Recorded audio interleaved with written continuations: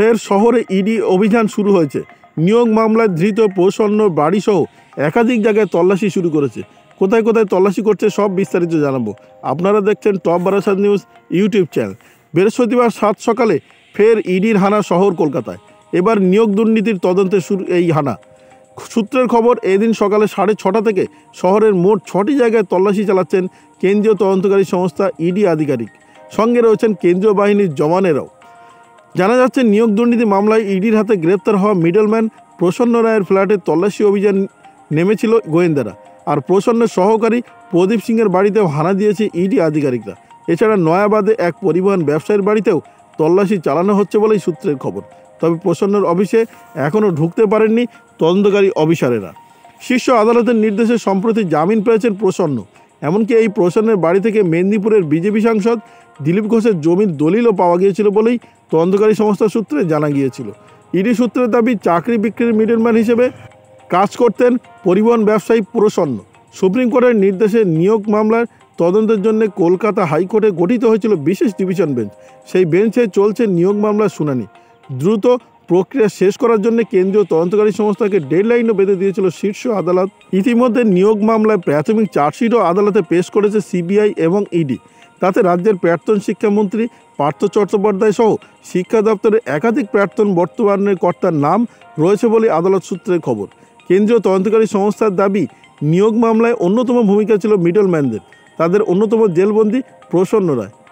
SSC এবং প্রাথমিক নিয়োগ সংক্রান্ত তদন্তে নেমে সম্প্রতি বেশ কিছু তথ্য পান তদন্তকারী অফিসারেরা। তারই ভিত্তিতে এদিনের অভিযান বলেই বিভিন্ন সূত্রে জানা যাচ্ছে।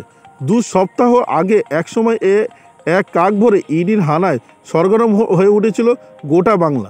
সেদিন সন্দেশখালী রেশন দুর্নীতির তদন্তে গিয়ে মার খেতে হয়েছিল ইডি অফিসারদের। এমনকি বনগাঁতেও প্রাক্তন পুর চেয়ারম্যান শঙ্কর আড্ডকে গ্রেপ্তার করে গাড়িতে তোলার সময় একাংশে অনুগামীরা বাঁধার মুখে পড়তে হয়েছিল ইডি আধিকারিকদের। ওই ঘটনার পর থেকেই অভিযানে বাড়তি বাহিনী মোতায়েন করা হয়। গত সপ্তাহে রাজ্যের মন্ত্রী সুজিত বসুর বাড়িতে কেন্দ্রীয় তদন্তকারী সংস্থার তল্লাশি অভিযানের সময় পুরো এলাকা কেন্দ্রীয় বাহিনী ঘিরে ফেলেছিল। এদিনও জওয়ানদের কড়া ঘেরাটোপে সকাল 6:30 থেকে তল্লাশি অভিযানে নেমেছে ইডি আধিকারিকরা। তা আবারও বলছি যে বৃহস্পতিবার 7 সকালেই ফের ইডি হানা শুরু হয়েছে কলকাতায়। এবার হানা নিয়োগ দুর্নীতির তদন্তে।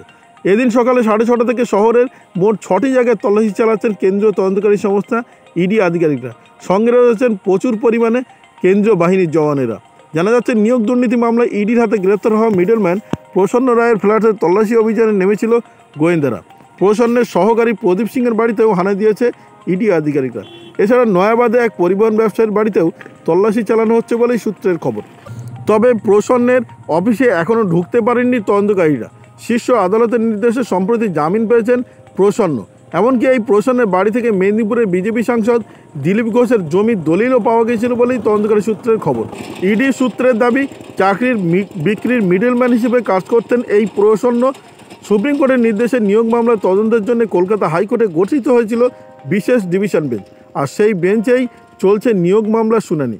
দ্রুত তদন্ত প্রক্রিয়া শেষ করার জন্য কেন্দ্রীয় তদন্তকারী সংস্থাকে ডেডলাইনও বেঁধে দিয়েছিল সুপ্রিম কোর্ট।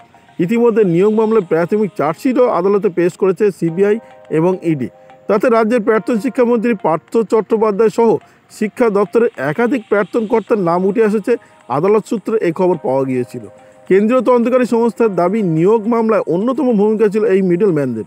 তাদের অন্যতম জেলবন্দি প্রসন্ন রায়। এসএসসি এবং প্রাথমিক নিয়োগ সংক্রান্ত তদন্তে নেমে সম্প্রতি বেশ কিছু তথ্য পেয়েছেন। আর সেই তথ্যের ভিত্তিতেই আজকের এই অভিযান বলেই জানা যাচ্ছে। ভিডিওটি আপনার কোনো প্রকারের উপকারে লেগে থাকে অবশ্যই লাইক, কমেন্ট, শেয়ার করবেন। সেই সঙ্গে চ্যানেলটি সাবস্ক্রাইব করার অনুরোধ রইল। সবাই ভালো থাকবেন, সুস্থ থাকবেন।